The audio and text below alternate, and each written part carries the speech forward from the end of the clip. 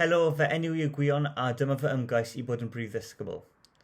Dwi'n credu dylech chi bleisio amdanof mwyn creu'r ysgol yn ei fwy agored a gweithgar gyda'i ddisgyblion.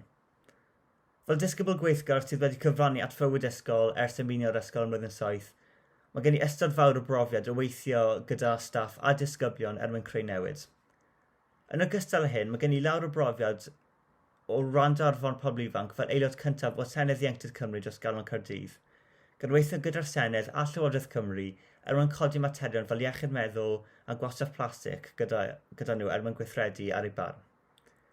Mi fyddai'n defnyddio'r profiad yma fel prif swyddog mwyn gwrando i lais disgyblion a staff o ran sut i wella ein hysgol.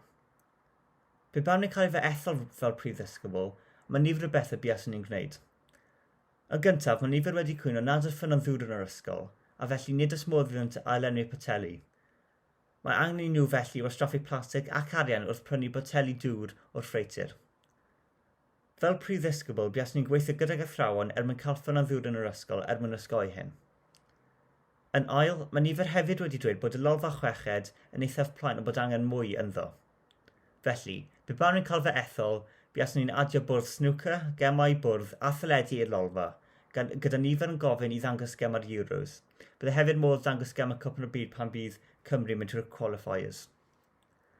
Yn olaf, mi fyddai'n gweithio gyda'r athrawon mwyn alsefylu'r cyngor ysgol a phwyllgorau eraill. Gall y rhain fod yn unrhyw beth o bwyllgor chweched i bwyllgor elusennau. A dyma be fi eisiau pwysleisio fan hyn, eich barn chi sy'n bwysig. Wrth gwrs, dyma be dwi'n bwriadu gwneud fel prif ddisgybl, ond yn y diwedd eich llais chi sy'n bwysig. Felly fel prif swyddog, y prif beth buaswn ni'n gwneud i gwrando ar eich llais a'ch materion chi, a ddefnyddio mwyn gwneud yr ysgol yn lle gwell i ddisgyblion. Diolch yn fawr a pleidleisiwch dros Gwion.